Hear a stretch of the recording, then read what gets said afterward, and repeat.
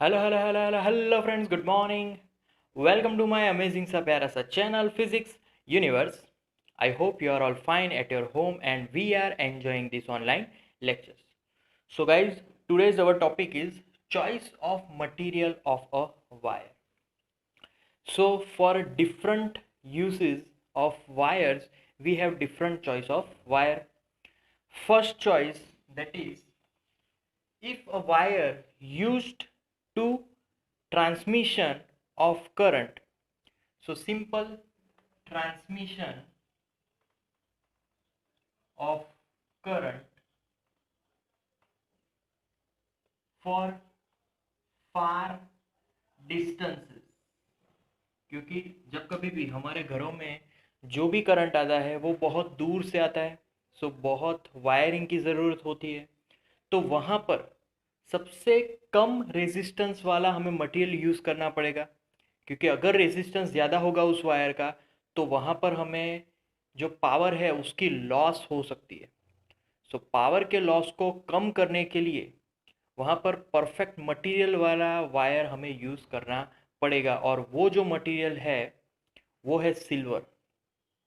But जो silver है that is in more cost, है ना। सिल्वर की जो कॉस्टिंग होती है इट इज हाई कॉस्ट, तो सिल्वर को हम लोग यूज़ नहीं कर पाएंगे, बहुत ही हमें ज़्यादा कॉस्टिंग लगेगी।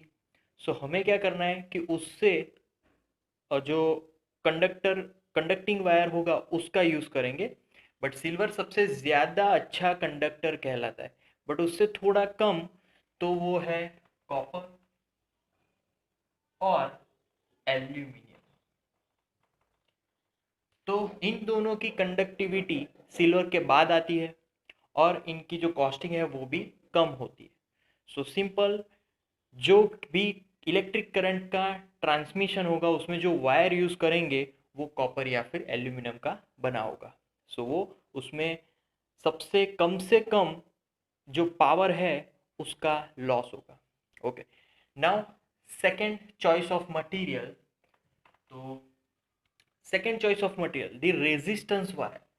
अभी हमें रेजिस्टेंस वायर चाहिए। रेजिस्टेंस वायर क्यों? क्योंकि अब हमारा जो इंटेंशन है वो करंट को एक जगह से दूसरी दूसरी जगह पे फ्लो करवाना नहीं है। तो हमारा इंटेंशन अब बदल चुका है, करंट फ्लो होना नहीं चाहिए। तो तब जो रेजिस्टेंस वायर है उसमें हम कौन से मटेरियल का यूज़ करेंगे? तो वहाँ पर हम लोग एलॉय का यूज़ करेंगे। So that alloy are, first is constantan and the second alloy is tungsten.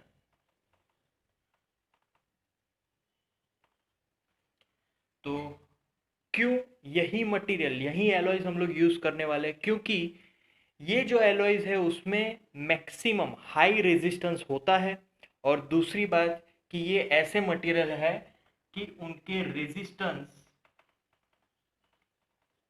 Not changing with temperature. Temperature की कोई इफेक्ट इन एलॉयज में होने वाली नहीं है, ना वो बढ़ने वाले हैं ना वो डिक्रीज होने वाले हैं। सो ये सबसे अच्छे रेजिस्टेंस वायर होंगे, क्योंकि टेम्परेचर का कोई भी इफेक्ट होने वाला नहीं है। Okay, now we are moving on to our third choice of material, और उसमें हम लोग फ्यूज का, जो कि इलेक्ट्रिक फ्यूज हम लोग यूज करते हैं, सो इलेक्ट्रिक फ्यूज का यूज करेंगे। इलेक्ट्रिक फ्यूज में मेनली हम लोग लेड एंड टीन का यूज करेंगे। तो वाई लेड एंड टीन? क्योंकि इलेक्ट्रिक फ्यूज कैसे वर्क करता है? तो जब कभी भी excessive amount of current is flowing through this wire, this material of wire will be melting down, and due to that melting down the switch is automatically off. So tin और lead सबसे कम melting point वाले materials हैं। तो जैसे ही थोड़ा temperature बढ़ जाएगा due to current, तो करंट फ्लो होने से थोड़ा सा टेम्परेचर बढ़ जाएगा और उस टेम्परेचर से ये तुरंत मेल्ट हो जाएंगे, और हमारे जो सारे अप्लायंसेस है वो पूरे बंद हो जाएंगे, मतलब कि फ्यूज़ हो जाएंगे। सो ये था electric fuse. Okay, now we are moving on to next choice of material and that is electric bulb.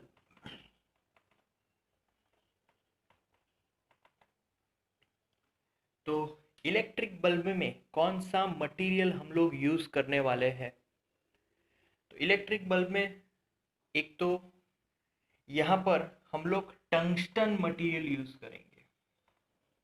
यहाँ पर मैंने टंगस्टन लिखा, उसमें एक करेक्शन है, यहाँ पर मैंगेनीन आ जाएगा. तो रेजिस्टेंस वायर में मैंगेनीन,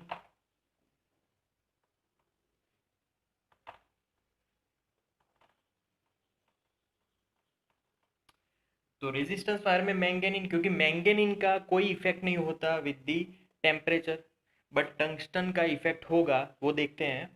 तो टंगस्टन ही क्यों इलेक्ट्रिक बल्ब में? तो उसकी जो फिलामेंट होती है उसमें हम लोग टंगस्टन मटेरियल यूज करते हैं, क्योंकि फिलामेंट बहुत ही गर्म होने वाली है. We know that electric bulb जब भी हम लोग ऑन रखते हैं ज़्यादा टाइम तक तो वो बहुत ही गर्म होता है.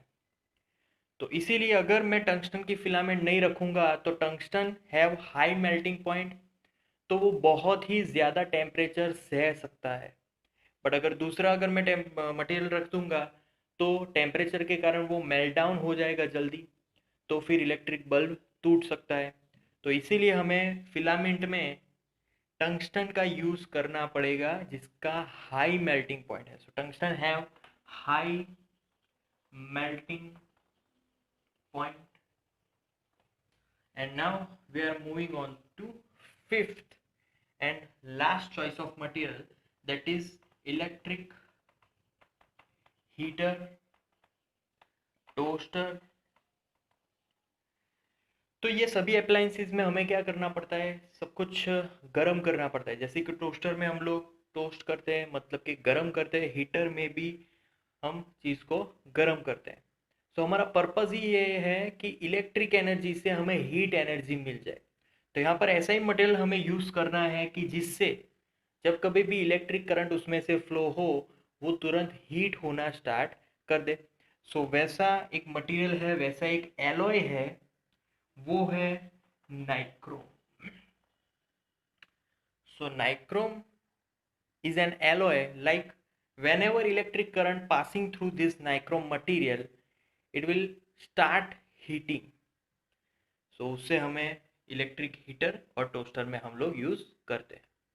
so that's it for today guys. That's our topic, choice of material to a wire. Thank you so much for viewing my video lectures till the end. That means a lot to me. Please like my videos and subscribe my channel.